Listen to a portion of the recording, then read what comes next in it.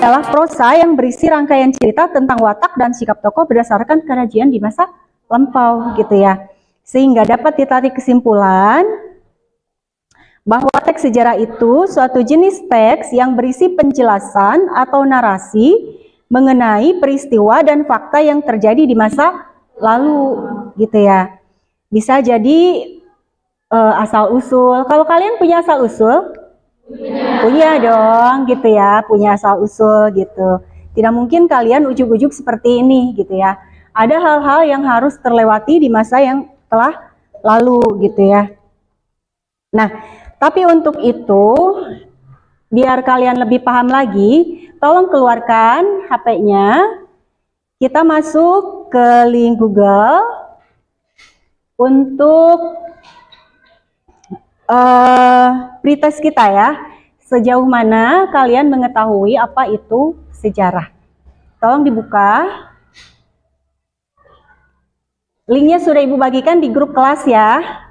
Ya, silakan diklik. Dan pertanyaannya diisi. Ada 5 pertanyaan di situ. Ya.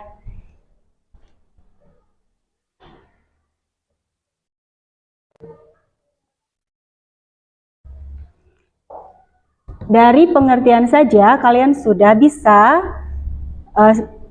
memahami seperti apa sih sebenarnya cerita sejarah gitu ya. Ibu kasih bocoran ini di sini ya sedikit. Gitu. Di situ pertanyaannya silakan dijawab dulu.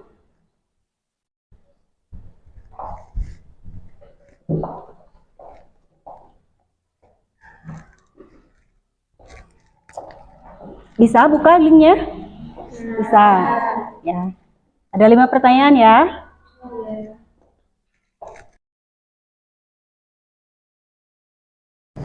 Ada yang belum? Sudah. Oke. Terima kasih. Gimana pertanyaannya? Bisa dijawab? Bisa. Bisa. Terima kasih ya. Nah, kita akan di sini. Dari tadi yang Ibu sudah sampaikan bahwa pengertian sejarah itu selalu berkaitan dengan hal yang terjadi di masa lalu. Otomatis kalau dilihat dari kebahasaan akan ada kata-kata yang menyangkut masa lalu gitu ya. Nah, kita di sini ya. Nah, tadi kan kita sudah masuk ke pengertian gitu ya. Kita di sini ciri-ciri dari teks cerita sejarah gitu ya. Teks cerita sejarah diceritakan berdasarkan urutan waktu atau secara kronologis. Tuh, berurutan ya gitu. Apakah itu tahun gitu ya. Dari tahun 1990 ke 91 gitu ya. Itu berurutan. Nah, teks cerita sejarah berbentuk suatu kejadian. Itu sudah pasti kan tadi seperti yang Ika ceritakan itu kejadian. Kejadian saat masih kecil tangan Ika terluka gitu ya. Terus struktur teks dari cerita sejarah terdiri dari orientasi, urutan peristiwa, dan reorientasi gitu ya. Orientasi itu awalnya ya diceritakan seperti apa gitu. Baru ke inti peristiwa gitu. Baru ke kesan yang didapat gitu ya. Gitu tadi kan seperti Ika kejadian tadi membekas dalam ingatan Ika ya sampai sekarang gitu ya. Nah, struktur teks cerita sejarah tadi orientasi, urutan peristiwa dan reorientasi.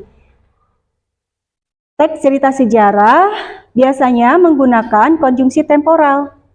Nah, isi teks cerita sejarah berupa fakta atau kejadian yang sebenarnya gitu ya. Nah, apa yang tadi Ika ceritakan? Kejadian yang sebenarnya atau cerita karangan Ika? Hal yang sebenarnya ya, gitu. Nah ini ya. Kalian boleh disimak, boleh dicatat, boleh ya.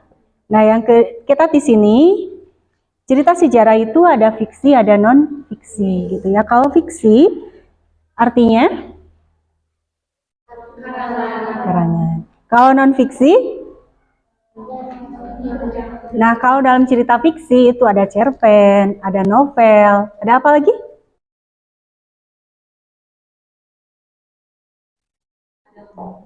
Legenda ya. Kalau non fiksi, kejadian yang terjadi gitu ya yang pernah terjadi gitu ya. Oke. Kita di sini.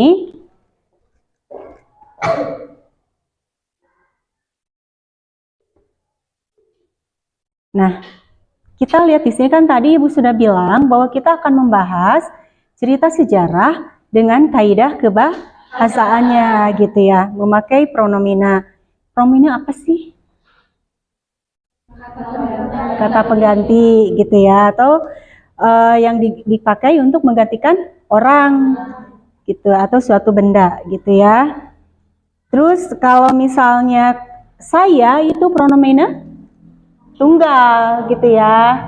Kalau jamak itu lebih dari satu, kami gitu, kita gitu ya. Terus untuk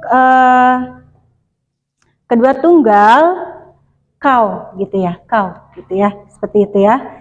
Oke, kita di sini memakai frase adverbal gitu ya, atau menggambarkan suatu kejadian atau peristiwa gitu.